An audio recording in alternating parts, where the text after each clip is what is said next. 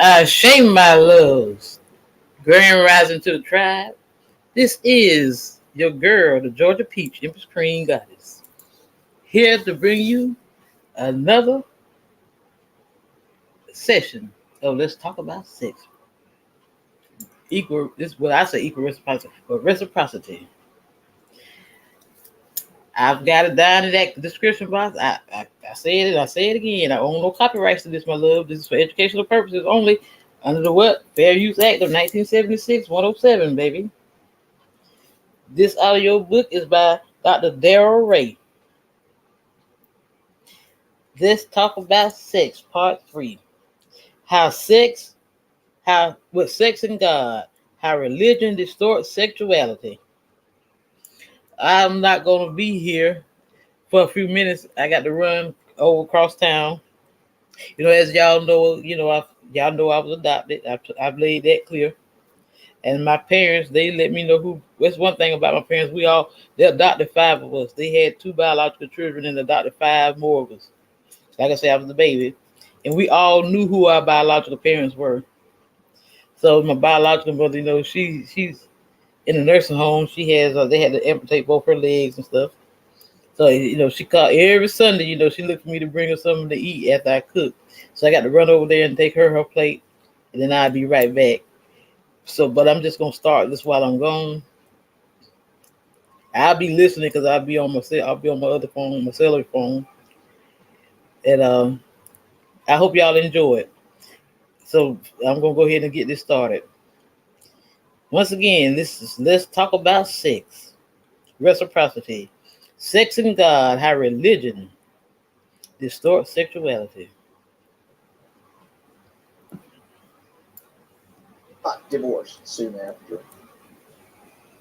This is not uncommon for religious newlyweds. An otherwise compatible couple finds they are utterly unable to communicate about sex or adjust their sexual styles and preferences. They cannot even grow and experiment together. Jesus is always watching, and sin is always lurking. Mm-hmm. Among secularists, sex seems to be taken more in stride. In many cases, both have had several Keep it down on the chat for me. I don't know if you heard what I about said. what they like I got and to go want, run over while across awkward town. at first, I'll be back does in a not few seem minutes, to be a but major problem. I'll be listening from my phone. The evidence for this comes from my own survey research and clinical experience. Those raised secular are much more comfortable with their bodies. They easily admit to masturbating, openly discuss ways to discuss safe sex and condom use, and generally have no reluctance in talking about sexual ideas. Many of the discussions I have had with secular groups on campuses or in humanist or atheist community groups have been easy and natural. The same discussion and content would get me kicked out of Campus Crusade for Christ meetings or a Baptist Sunday school. The urge for variety. In marriage, the urge for variety and change rises within a few years. She will want to do something more than missionary position. He will want to experiment with oral sex. She will want him to pull her hair occasionally. He will want to have her dress up like a slut sometimes. Unfortunately, none of this will happen if both think these are potentially sinful behaviors. The guilt cycle works to keep both sides quiet within narrow sexual boundaries. Unable to communicate and fearful of their spouse's judgment, sex slowly dies over a period of years. But the sex drive does not go away. He will start using pornography and masturbating more. She will avoid his physical advances. She will start reading more romance novels and engulf herself in children or church activities. He will go out with friends and spend huge amounts of time doing his hobbies in the garage. Eventually, she may find his porn stash and feel extremely hurt and rejected. She may lash out at him, berating him for defiling their marriage. For his part, he may see her reading dozens of trashy novels and feel that she may be interested in romance, but not in him. The hurt may come out as verbal abuse or constantly finding fault in one another. If things get bad enough, they may go for marital counseling with their minister, who will pray with them. This is about all he can do, since advice on actual sexual behavior runs the risk of revealing unbiblical thinking. If he's a Catholic priest, it's even worse, since he's not supposed to have any first-hand experience with sex. The double problem for the Protestant minister is that he's very likely having the same problems as his members, but he and his wife cannot discuss or reveal them to anyone or talk to each other. It is a religiously transmitted disease, but no one will admit it. Thought police. The cycle of behavior we have described has consequences far beyond the church. Religious training and indoctrination creates internal states that are in conflict with natural urges and drives. A person feels condemned by his own sex drive. God has created him as a sexual being, then condemns him for acting on that drive. Indoctrination tells him that the church's teachings cannot be wrong, so it must be his sinful nature and Satan's tempting him. Such misattribution means the root cause will not be found, and no cure or treatment is possible. Hell, I ain't going nowhere without the car keys. I don't know. Hey, Lulu. Hey, Steve, Tita. Thank y'all for dropping in. I don't know if y'all heard what I said at the beginning of the recording that about y'all know that I was adopted. That ain't no secret. But all of us, my parents had 2 biological children, and they adopted 5 of us. But we all knew who our biological parents were. So my biological mother, she lives down here where I live at, but she's in a nursing home. They had to amputate both her legs. So like I say, I don't hold them. It took me years to get over that. That was some of my inner healing. But I had to realize that it was all for my greater benefit, because she thought of me. It makes me feel like she did that out of love. She was 16 when she had me. She knew she couldn't take care of me. She gave it to the people who she knew could, and I couldn't have asked for a better childhood. I couldn't have asked for better parents. She could have aborted me. She could have did like the trick, like women used to do back then, put me in the dumpster. But she loved me enough to let me go. So I came to the conclusion that I was blessed to have 2 mothers. Everybody was blessed like that. So I do what I can, boy. I'm going to run over here and take her plate at the nursing home, and I'll be back. That's why I asked Tina when y'all, just kind of keep an eye on the chat. I'm going to be watching from my phone, but I ain't going to be doing too much texting while I'm driving. Okay, loves?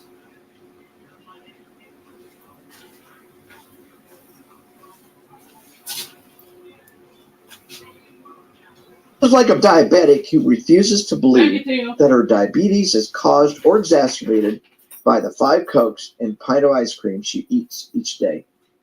There may be medical treatments to reduce the symptoms, but sooner or later the disease will flare up with all its consequences. Religion is a master at thought diversion. For example, if you have a normal sexual thought, religion can distort and divert that thought into something guilt-inducing.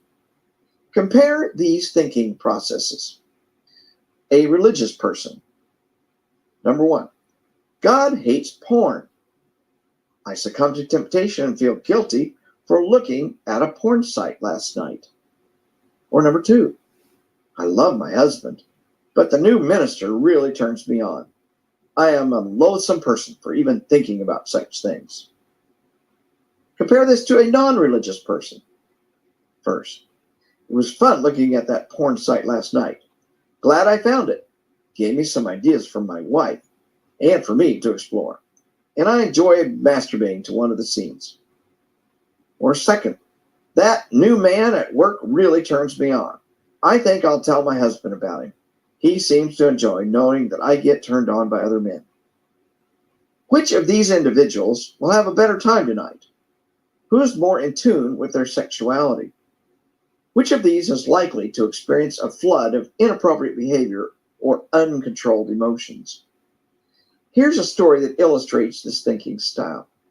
It was sent to me by an ex-Christian woman, Candace Gorham, of the Ebony Exodus Project.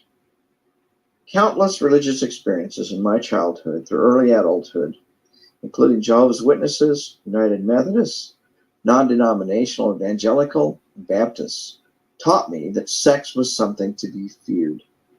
Despite the fact that everyone said that sex was good once married, the messages about sex outside of marriage were very different. Sex became this terrifying, disease spreading monster that had the ability to ruin your life and tarnish your reputation forever. I cannot think of a single time when I was young that I got straightforward, non religiously biased information about sexuality, safe sex, masturbation, or even general education about male female differences from religious institutions. They only taught abstinence. All that I learned about sex came from fifth grade DARE classes, science classes about reproduction, one ninth grade health class, and obviously friends and personal experience. There was guilt and shame in touching yourself and kissing. Even what I call appreciating the beauty of the feminine was wrong because if I were a lesbian, it would mean that God would hate me more than if I were a heterosexual fornicator. Though not a lesbian, my strong appreciation for that particular form worried me, sometimes more intensely than heterosexual encounters. During my first sexual relationship in high school, I was less worried about pregnancy and disease and more embarrassed that God was watching me every time I did it. I was sure that He hated me for giving up my virtue and felt that I deserved eternal hell. Regardless, I kept doing it anyway. At times, the guilt and shame were so extreme that I would feel physically ill afterward. I would literally have to roll over in bed and lie still for a few minutes, afraid I would vomit. When I went off to college, I was resolute to abstain from sex before marriage. Shame ensued after my one and only one night stand. Another one time only experience involved fairly innocent messing around in a group. Both instances were followed by periods of abstinence and contrition. Once in a solid relationship, I convinced myself that God would recognize the purity in my heart and love me anyway. Sadly to say, that optimism didn't last, and I entered into a downward spiral, into a deep depression sparked by my fear of God and love of man. How does one choose between the intense pleasure of carnal love and the God who loves you yet hates you?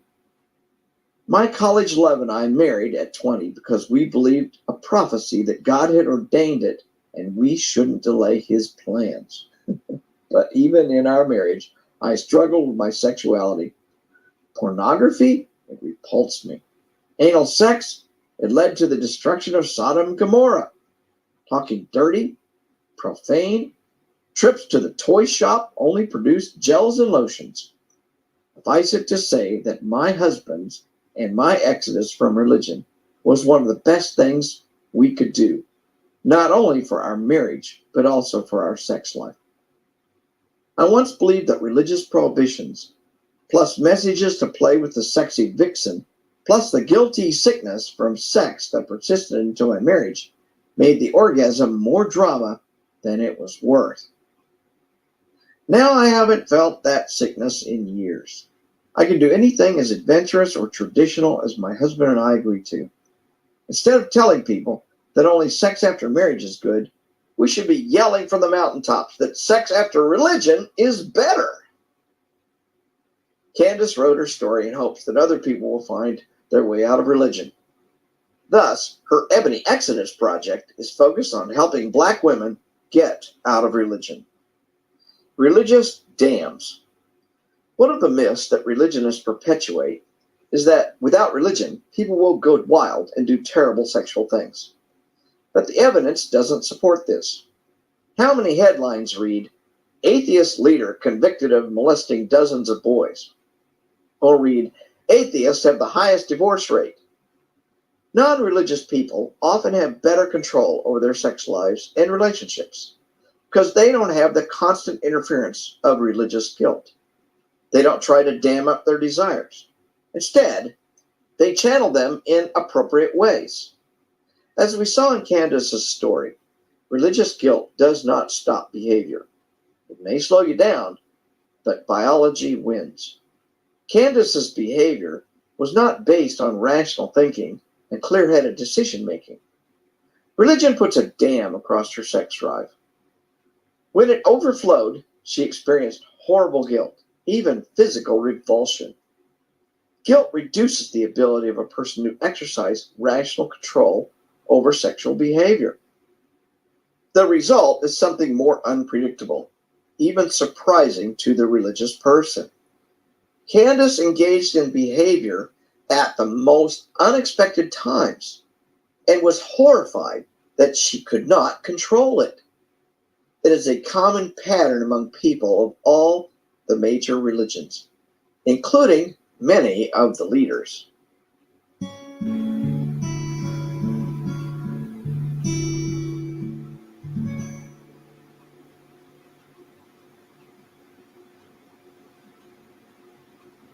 Chapter 7: Conspiracy of Silence: Programming the Collective Mind. Where is the outrage? In 2011, Brother Robert Best, principal of a Catholic school in Australia, was charged with raping dozens of boys over a period of years going back to 1969. The school chaplain, Gerald Ridsdale, was also charged as a serial rapist. Claims were made that 26 of the rape victims committed suicide in later years. How could these rapists go unnoticed and unreported for decades? And where is the indignation and outrage? Despite outrageously inappropriate or illegal actions by many ministers and priests, the Catholic Church's outcry and responses are muted. When a pedophile priest is found, we often learn that he has harmed dozens of victims over many years.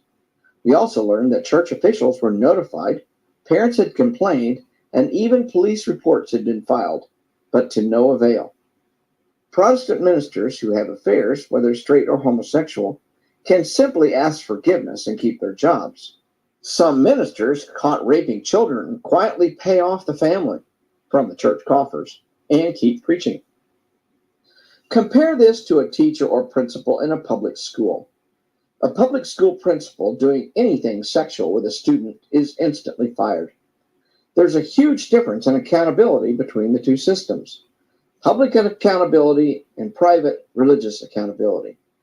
In some church cases, parents complained, bishops were notified, and letters were sent from lawyers, sometimes over a span of 20 years.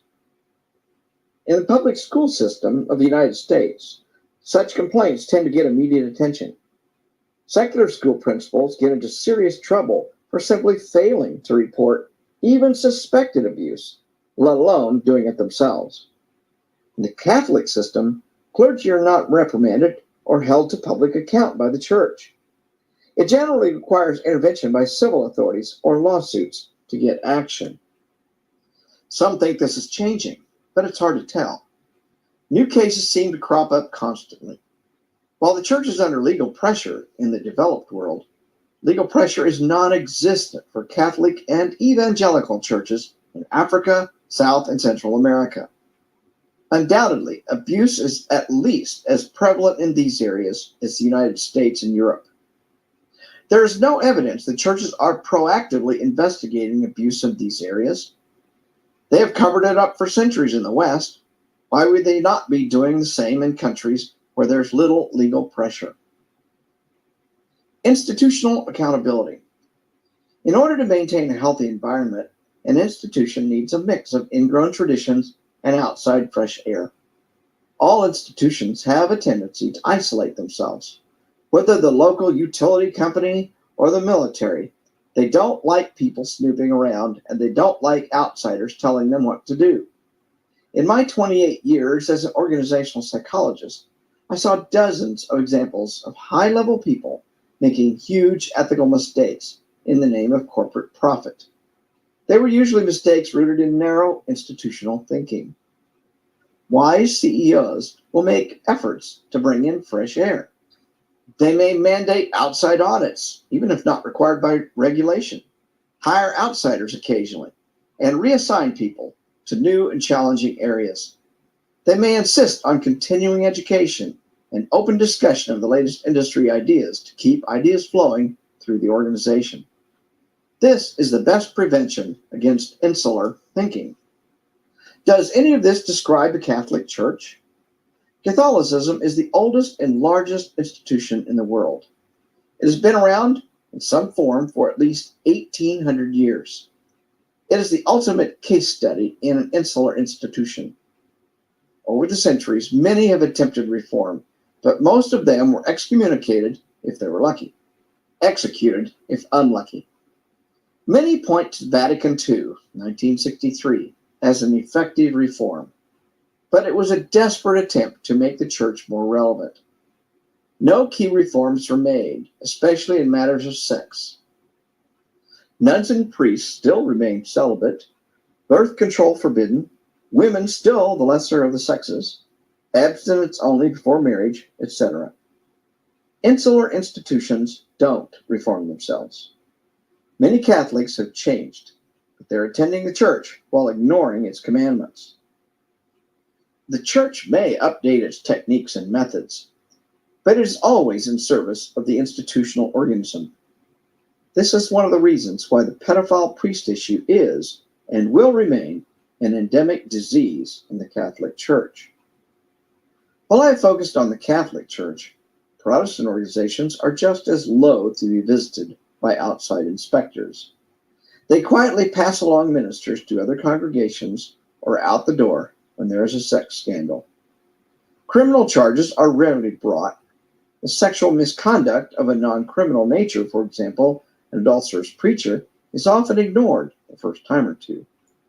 As long as the wife keeps her mouth shut, no crime was committed. As a helping professional, a psychologist, a psychiatrist, a medical doctor, or social worker can be thrown out of his or her profession, even criminally prosecuted, for engaging in a sexual relationship with a client. The nature of the therapeutic relationship is seen as sacrosanct. Sexual contact with a client is among the most serious of ethical violations. Ministers and priests are also seen as helping professionals, but there is no such ethical or legal oversight. Religion gives special protection to clergy, which gives cover for abuse. The most protected of ministers are those who bring in the most members and the most money. Hard to fire $1 million man. Once a megachurch has been built, the mortgage requires a charismatic leader to bring in the money. That same man often convinces the board of directors to take on the financial burden of building the new, larger facility. With $2 to $3 million a year coming in from a charismatic preacher and a huge mortgage, you can overlook a little adultery. The alternative? Object to a preacher's behavior and face being voted off the board or shamed out of the congregation, usually both. Where's the outcry? The answer involves the brains of the followers, and it has at least two components: childhood infection and an anesthetization of the mind. Childhood infection. Silencing of the adult mind begins with infecting the mind of the child and creating an unquestioning blindness to religious authority. Childhood indoctrination is carried out in many ways, but begins with things like apparently innocent children's songs like Jesus Loves the Little Children, or Daniel in the Lion's Den, or Jesus Loves Me, and stories that emphasize the benevolent Jesus. The early message of unconditional love lulls the young mind into a feeling of safety and security. The message fits the developmental stage of the young child, who craves security in a frightening world of large and potentially dangerous adults. The songs and stories convey a subtle message of a wonderfully kind and loving God who is always good and protective. No stories of children being eaten by she-bears or executed for disobedience, as in Kings and Deuteronomy. In the child's mind, the priest or minister takes on the same good qualities as the God. It is simple association. The person who tells the child about the God, the wonderful, loving, and protecting God, must also have those qualities. This idea and association is carried into childhood. Add to this the messages about respect for authority, and children easily defer to any religious figure and continue that behavior as adults. Once the safety and security message has been implanted, the message changes at or around pre-adolescence. The new message is, you can't have the unconditional love unless you follow the rules of the God. Here's where the message of sin and shame is seriously introduced. The pre-adolescent and adolescent learns that it is their own evil nature that is responsible for their problems. This powerful combination of messages puts the mind in an inferior state. God is all good. The child, adolescent, adult is fundamentally flawed and sinful, especially females. Such a confusing and false idea is accepted because the young human mind is open to anything that has perceived survival value. If all the adults in your life, including priests and ministers, say, God is important for your safety or salvation, a child will probably find that compelling. It often takes a lot of Sunday school, catechism, or temple to deeply infect a child with these concepts. We acquire both the language and religious concepts from our immediate culture at the same time. A child cannot discriminate between useful survival information and the emotional and psychological manipulations of religion. Once infected, these ideas are deeply embedded and almost impossible to change. Just as you would be hard-pressed to unlearn your language, it's hard to unlearn your religion.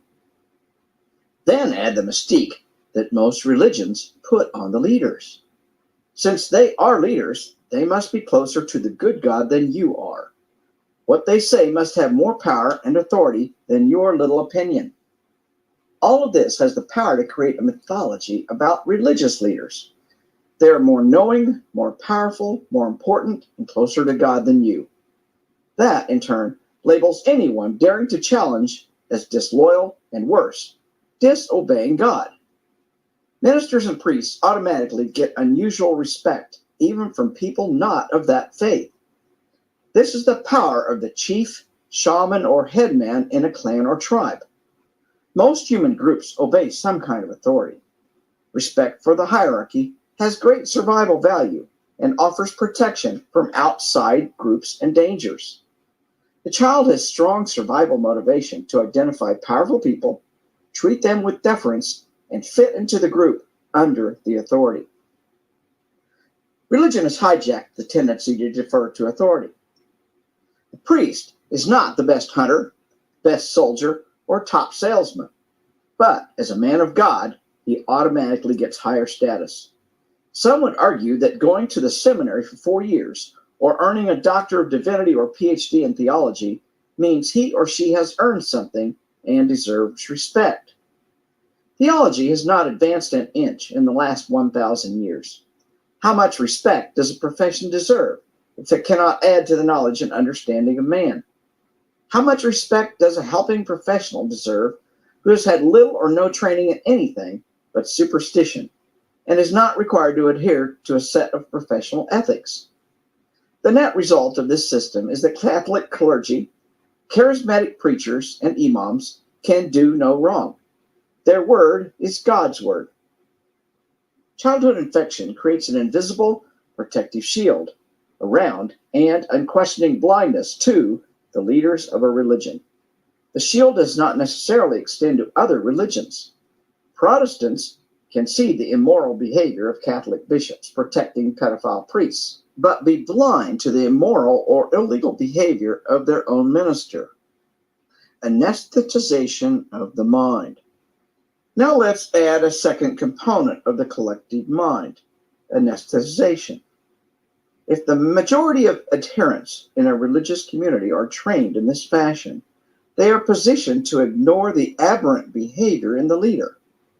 Karl Marx famously said that religion is the opiate of the masses. His analysis was not far off. Religious people can ignore massive amounts of information in support of their religion's view of the world. For example, most Protestants understand that the Catholic Church has a major institutional endemic problem with sex abuse by the clergy. They can even identify reasonable causes. like celibacy or protection coming from the hierarchy. Many cannot believe that Catholics are not more outraged at the continual, non-stop scandals. They are surprised that people continue to attend and give money to the Catholic Church. In other words, a rational observer can see the problems with clarity. At the same time, ask Catholics as they're leaving Mass about these same issues.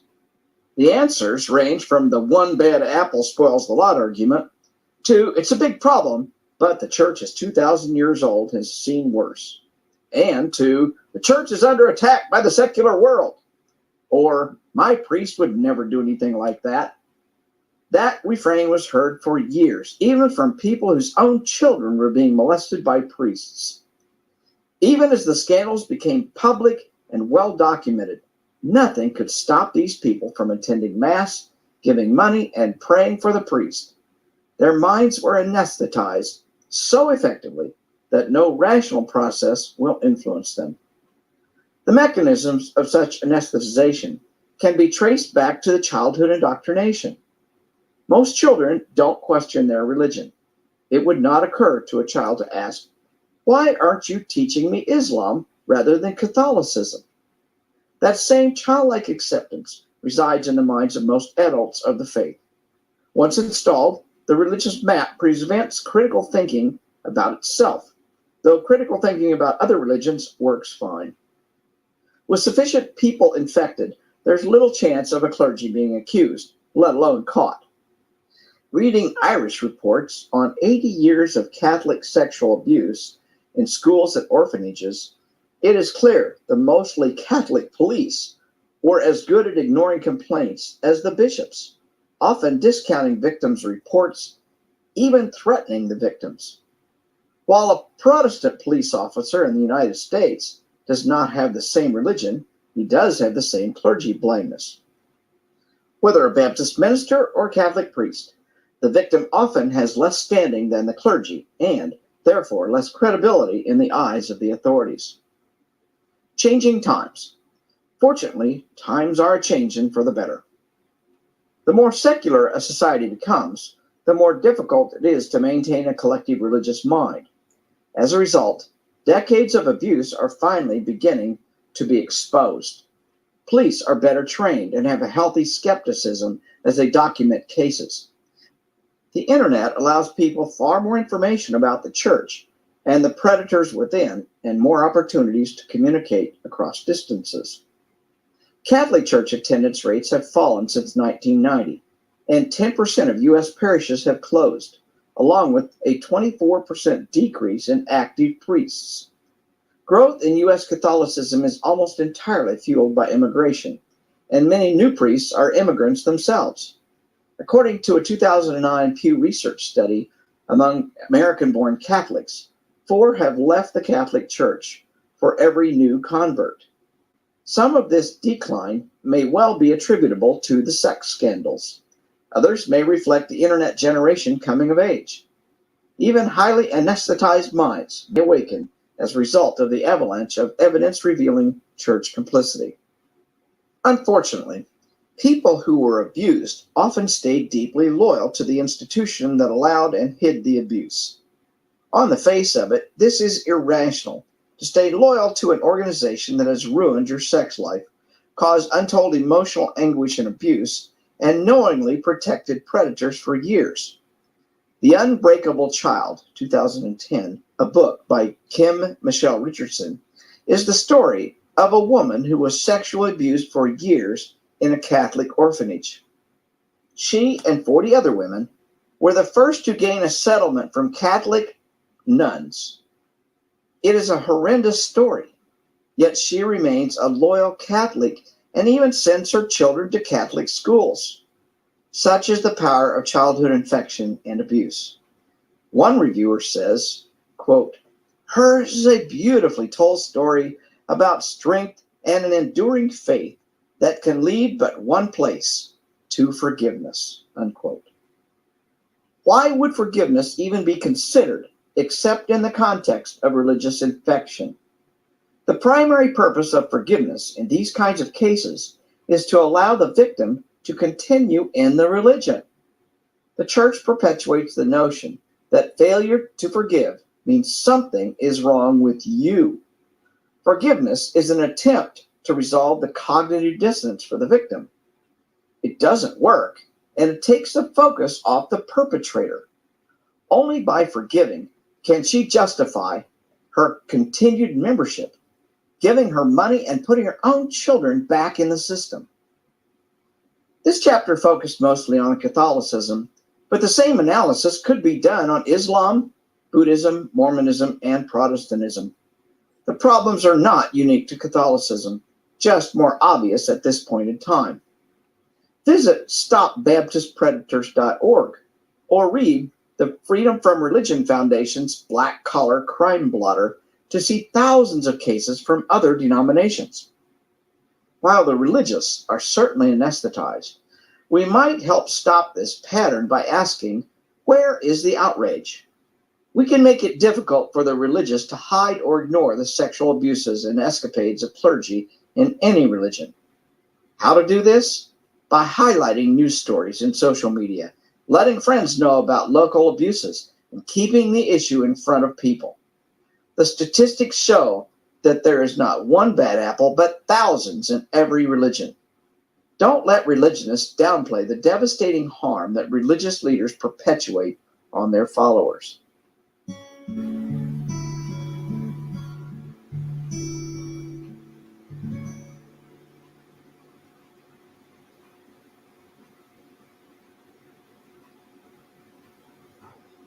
Section 2, Follow the Biology. Chapter 8, Holy Biology. The Bible. Bible biology begins with all creatures coming from nowhere. The first man, Adam, was created out of dust. Adam was given the responsibility for creating a classification system for all animals by naming them. Adam was a bit lonely, so he was put to sleep and a rib was extracted to create a helpmate. In Genesis, we find that at least one snake can talk and two trees have supernatural powers: the tree of knowledge of good and evil and the tree of life. Humans could live for hundreds of years. Adam lived 930 years, with Methuselah taking the prize at 969. We also know that animals were sexual creatures, hence Noah's task of bringing all the animals on board the ark in twos. There's no mention of asexually producing salamanders or lizards. We're also told that bats are birds in Leviticus. Rabbits are among the ruminants that chew their cud in Deuteronomy. Insects are four-legged creatures in Leviticus. Locusts, crickets, and grasshoppers are acceptable to eat because they have legs above their feet. Leviticus. In Genesis, Adam and Eve have two sons, one of whom murdered the other. The survivor, Cain, somehow acquired a wife and fathered Enoch. Where the wife came from, no one seems to know. Only women are barren. Men are never infertile. Fortunately, biblical biology trumps infertility. Sarah, wife of Abraham, was over 80 years old when she conceived and bore a son to Abraham in Genesis. In the New Testament, Paul was bitten by a poisonous snake while stranded on Malta in Acts. Never mind that there were no poisonous snakes on Malta and no evidence they ever existed on that island. In 1 Corinthians, Paul tells us that only a dead seed can germinate. Thank y'all. I made it back home, family. I'm showing y'all the picture of me and my biological mother.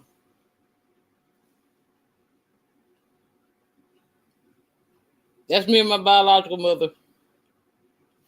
And I got me an ice cream sandwich. I'm gonna eat me an ice cream sandwich and scratch my scratch offs. I scratched $60 this morning, so I swapped them in. I'm listening, but I'll let y'all know I made it back to the house all right. Thank y'all for keeping an eye on the chat for me. I love you guys. People rose from the dead, including Lazarus. After Jesus was crucified, many holy people's tombs opened, and they walked around Jerusalem, according to Matthew. A fig tree withered instantly when Jesus cursed it in Mark. Jesus multiplied fish to feed 5,000 people, according to Mark. An Thank epileptic boy was instantly cured with a single command from Jesus in Matthew. What kind of surgery you got to have? The Quran. From the Hadith, we learn a good deal about embryology. The process of gestation begins with male and female sperm for 40 days. The embryo becomes a clot for 40 days, then puts on flesh for 40 days. No mention of bones. Yeah, what the nurse In told me 86-67, we call the it Quran midtime, says, so he it's is made from a gushing fluid which issues from between the loins and ribs. No mention of ova, of course. In the area of botany, the Quran says, with it we have produced diverse pairs of plants, each separate from others. Failing to mention that many plants don't come in pairs, but have both sex organs on one plant. Other holy books. We could have looked at the Book of Mormon and found that horses existed in America before Columbus arrived, although the Indians didn't seem to discover them until after Columbus came. Or we could read the Zoroastrian Avesta to find that all creatures were created from seeds. There simply isn't much biology in these religious texts, and what there is remarkably inaccurate. In the next chapter, we will examine a wealth of information, not only about human sex, but also about many other species, none of which shows up in any holy text.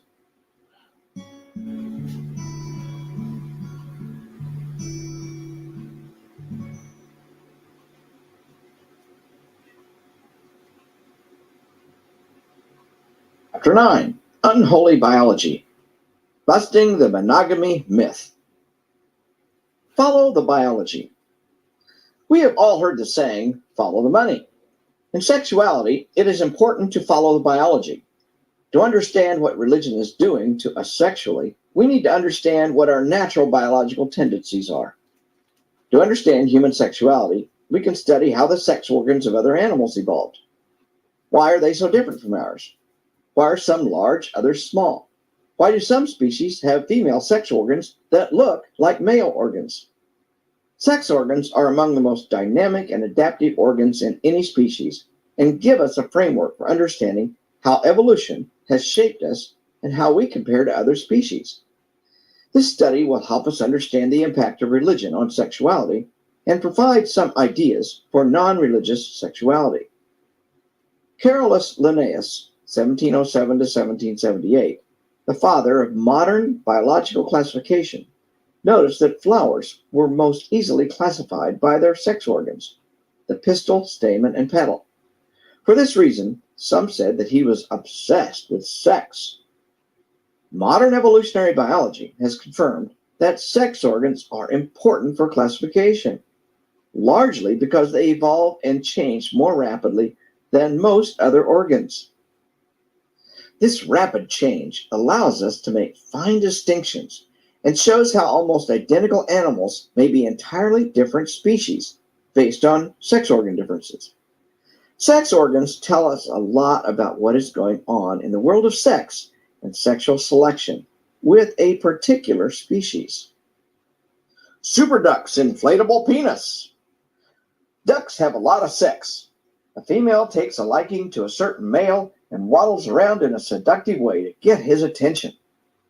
Her behavior shows that she wants to mate with a specific male, but every male wants in on the act.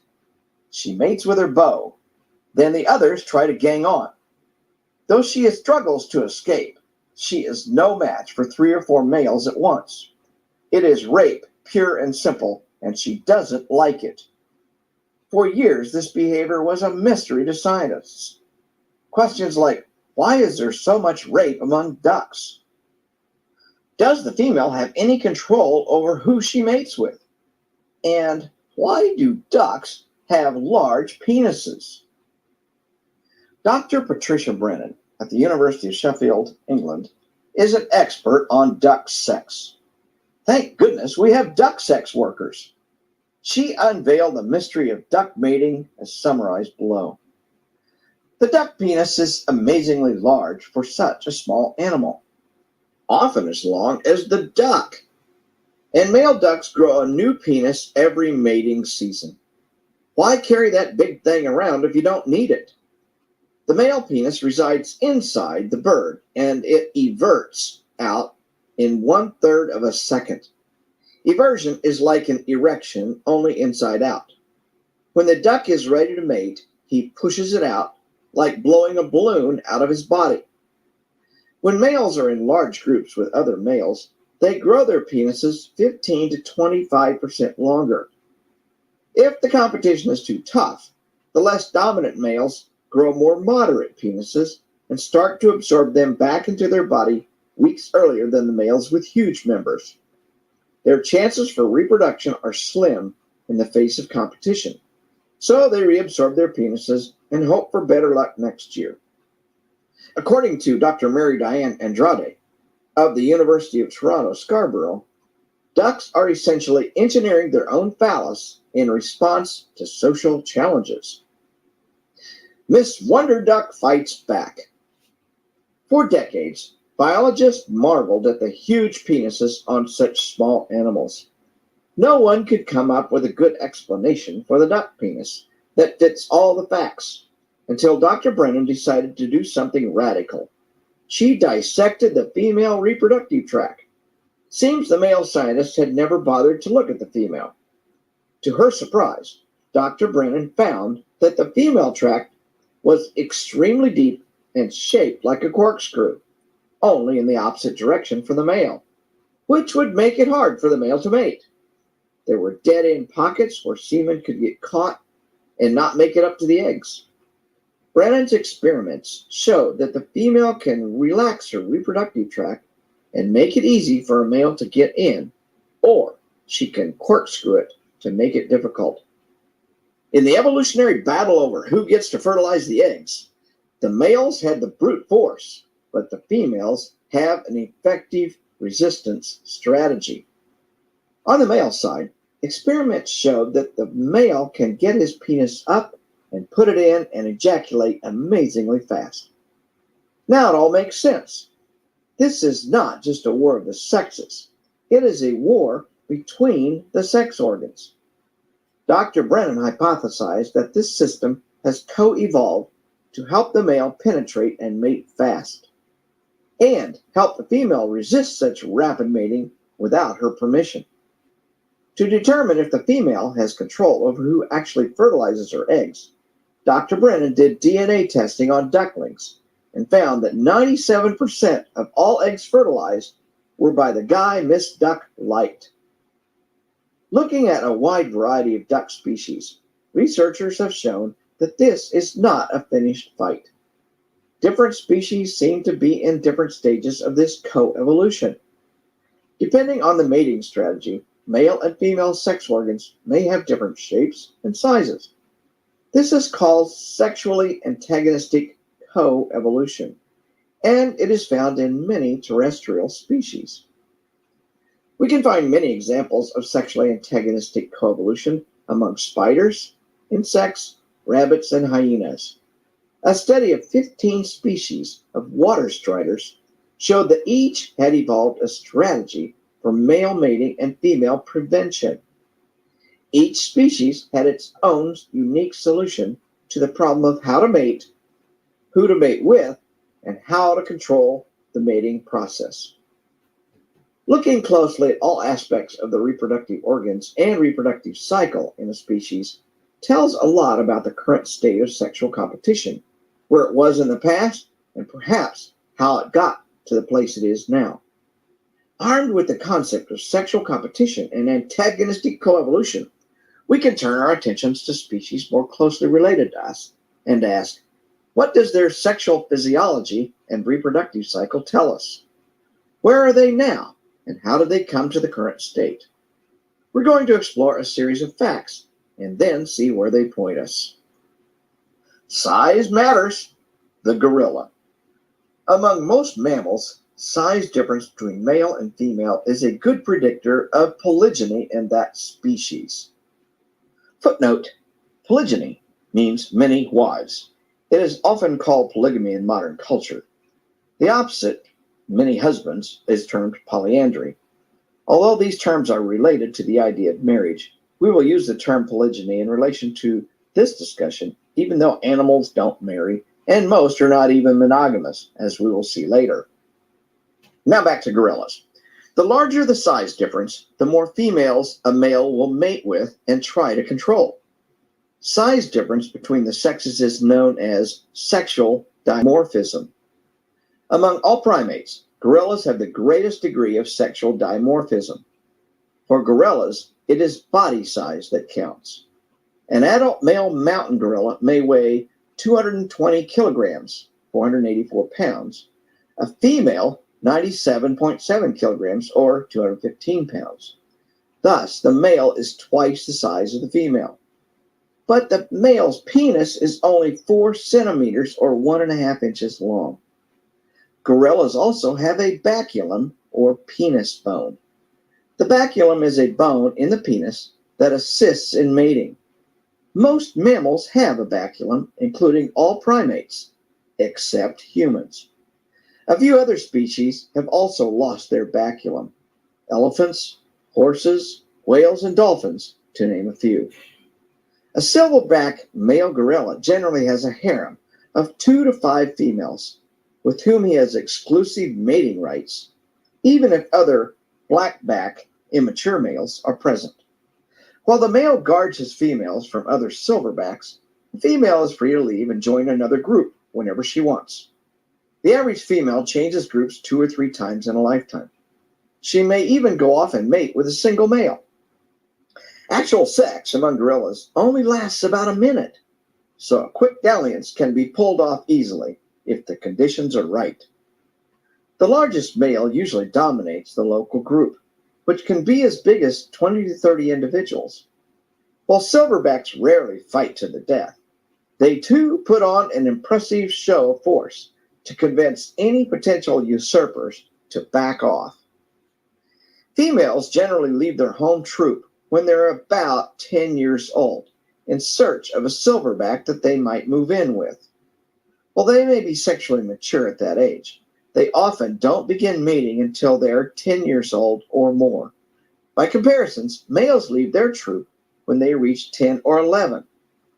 Males often lead a solitary life until they can attract their own females and begin mating at 15 to 18 years old. There's a lot of competition in the gorilla world for females. Not every male will establish a harem.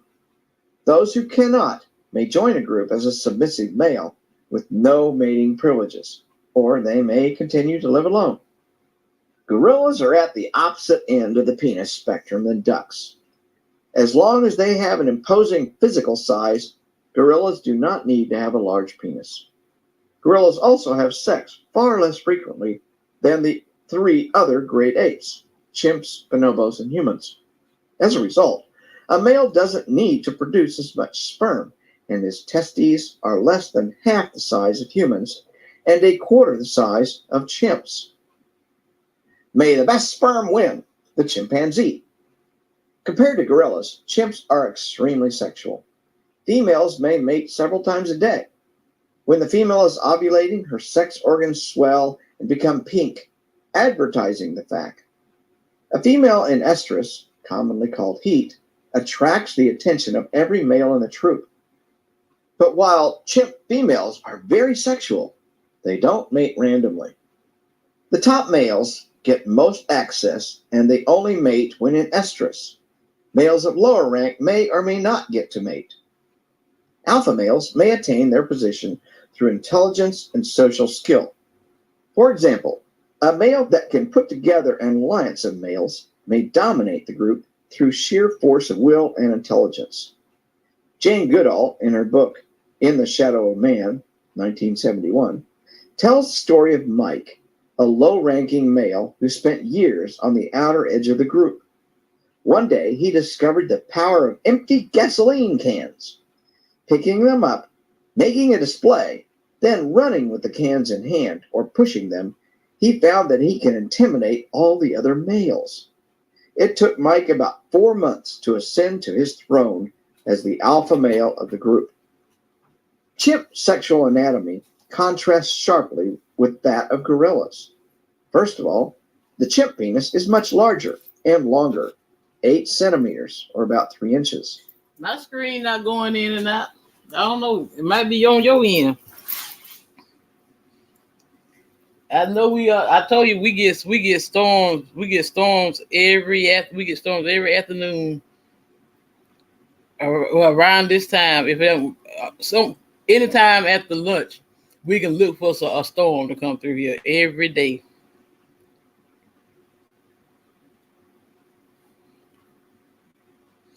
So, and I like I said, I had went and got another internet box from T-Mobile, and I put back here in my room. I said we still had time. We still got the rest of the month with Xfinity, but they prepaid because they kept on damn bullshitting around. And I haven't had any problems since I went and got this one with T-Mobile, and I had got me a portable hotspot. So if I happen to want to take my laptop with me, I can have that hotspot where I can do something while I'm away from home.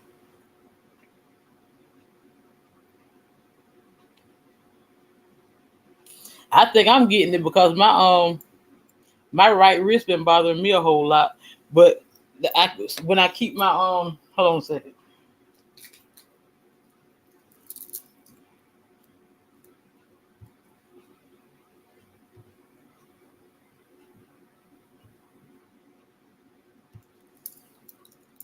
When I keep these on these healing beads, it doesn't bother me.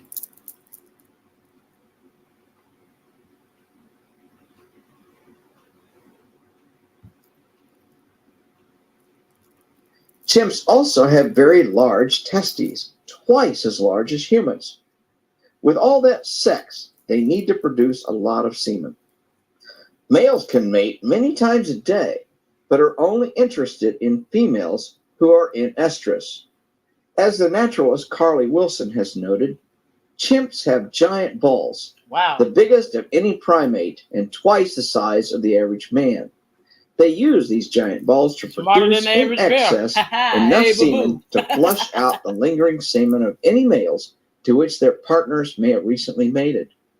In essence, male chimps have big balls because female chimps are whores.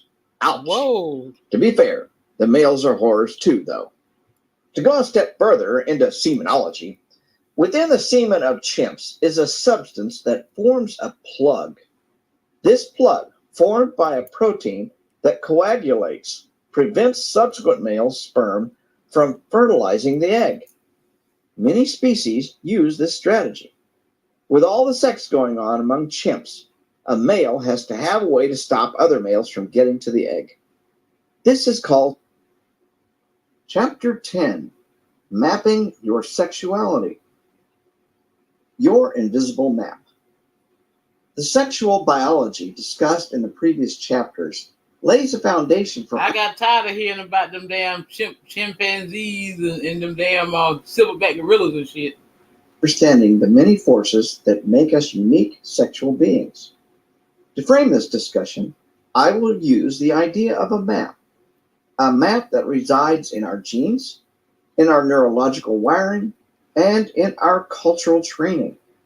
It helps us navigate the sexual world, often without conscious thought. The processes that create an erection or female lubrication need no thinking, just proper stimulation. Damn In right. fact, thinking can interfere. This is but one example of the unconsciousness of sex.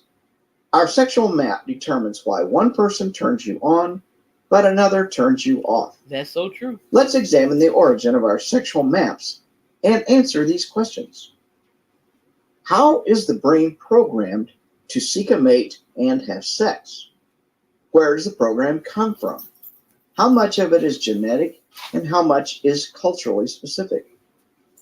Our sexual map is the way we understand and negotiate our sexual world, which includes our own minds and bodies as well as those of everyone else. The map motivates you to give your phone number to one person and recoil at the thought of giving it to another. Let's begin with how the brain is programmed, which parts are hardwired, and which ones are more flexible and responsive to training and the environment. The brain is put together in unique developmental stages. For example, at birth, The infant brain has to recognize and respond to its parents. Research shows that infants tackle this task within a few weeks. How does a baby know the difference between a mother and, say, a cat or a dog?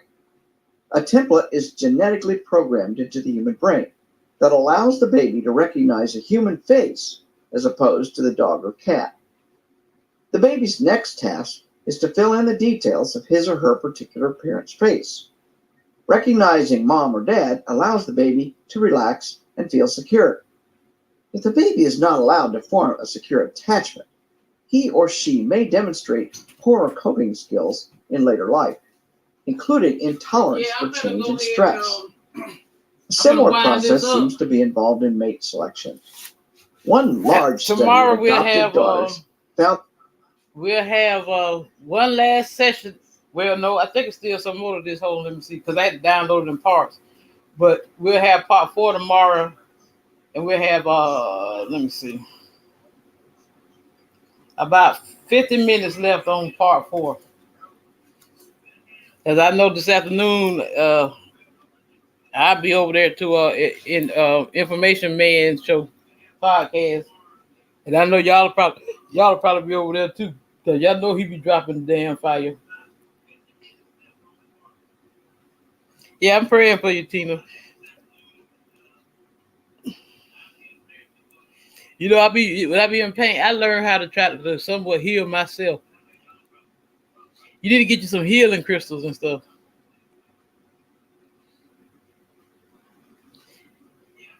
And I tell you, a lot of it do have to do with thought, with your thinking, with your mind.